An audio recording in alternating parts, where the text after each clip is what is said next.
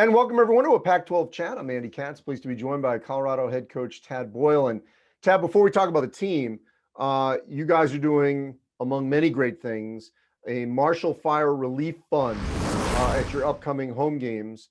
You got the Washington schools, fingers crossed, everyone coming in for these games later this week. What was the impetus to do something in some form financially for the greater Boulder community? Yeah, our community is, we've been through some tough times this year in 2021.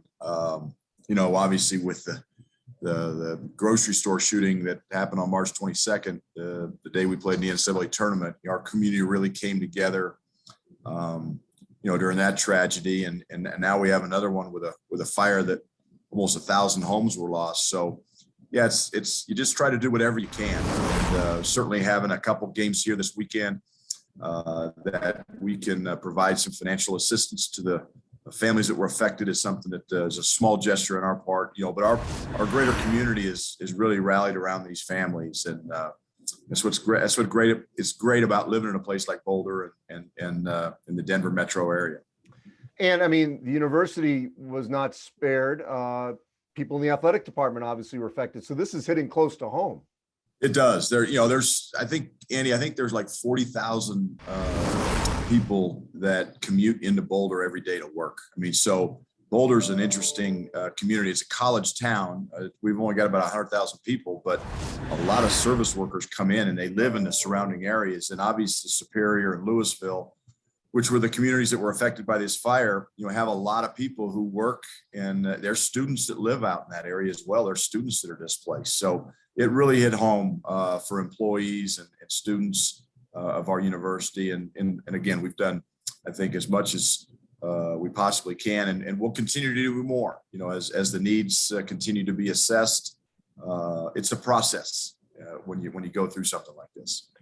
So Tad, obviously all of us are going through some form of a little bit of PTSD with COVID here. We're in a much better place, obviously, than a year ago with vaccines and boosters and shortened quarantine times, and people have gone through it. So it's not as much of a shock if they have to. But cancellations and postponements still sting. The Kansas game especially, because that was a great opportunity for you guys. You had the Tennessee game and you had some good wins early, but that was obviously one that wasn't able to happen. How have you sort of navigated this go round with trying to weather this? Well, it's interesting, Andy, because your points are really well taken. We're in a better place. I think that the biggest key is hospitalizations and deaths are down. That's the ultimate litmus test for me.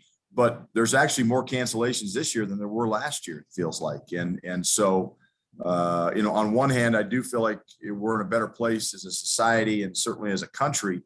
But, college basketball, I'm not sure we are in a better place in terms of playing games. And with this new recent surge, it's certainly put a damper on things here in late December and early January. I'm just hopeful that we can kind of get it behind us and get to the point where we can play games, because our young people, especially our seniors, I think of kids like Evan Batty and Eli Parquet for us, who are seniors going through their last year, and half of their college career is really going to be tainted by the COVID virus. Last year was a year unlike any other, and this year at least we have fans in the stands, which is nice, but we got to play the games to have the fans in the stands. So I just want it for our seniors for the most part.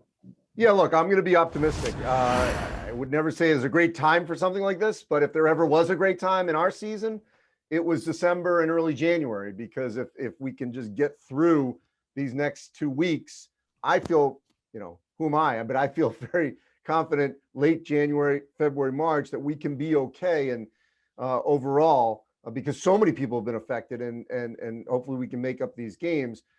On the court, you guys have had your moments. Still only a couple of games into your Pac-12 season. Hopefully those other ones get made up if they can, especially, against Oregon was not able to happen. So, hopefully these things will happen. But when you guys get out there, what do you think your chances are of this being a team that legitimately can be a top 4 team with UCLA, USC, and Arizona? Well, I think, if you look at our league, first of all, I agree with you and the optimistic view of this thing getting behind us. So, but I think in terms of Colorado and where we factor in the league, I really look at the Pac-12. I think there's three teams, obviously. You mentioned Arizona, USC, UCLA, who have clearly established themselves a cut above everybody else in the preseason. But now we're in league play. And so now you have opportunities to play those teams. Those are all ahead for us, hopefully. And I think the other 9 teams, quite frankly, it's anybody's spot to have. I really believe that. So it's going to be an interesting race for those next tier of teams that establish themselves, and that's going to happen over the next 3 to 6 to 9 weeks. And we've got 2 really good tests coming up with Washington State on Thursday, Washington on Sunday, both at home. An opportunity for us to really make some noise and get off to a good start and play. Tad, if there's anything during this long layoff, I'm just curious, was there a position, was there a way that you want to play, or anything that gave you some time to think, sort of a mid-season pause that basically you had to say, wait a minute, maybe we should try X, Y, or Z, as we now go through, hopefully uninterrupted? You always look at this time of year as an opportunity to get better, to add some things, and to do some self-assessment that you're talking about after, non-conference play. The unfortunate thing for us is we've had 2 practices with our entire team because of the COVID, protocols, and not guys, we had 2 or 3 guys working out in one gym that had tested positive, and the rest of the guys were in another gym that, hadn't tested positive. So it's almost like you're running 2 different teams, but so you don't have the normal time on the practice floor that you normally would have. But with that being said, we've added a few things, and you kind of get back to basics and figure out what is it going to take for us to be successful in league play. And I think for us, it's the adaptability, because, you're getting ready for a team like Oregon who plays a certain way, and then you turn around to play Washington State who plays a totally different way. And you've got to be really nimble in terms of your game plans, your scouting reports, and your players have to be able to absorb that stuff and then go out on the floor and execute it. And that's the ultimate test.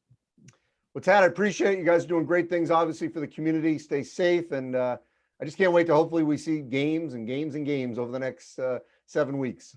Amen, Andy. I appreciate it. Thank you. Thanks, Tad.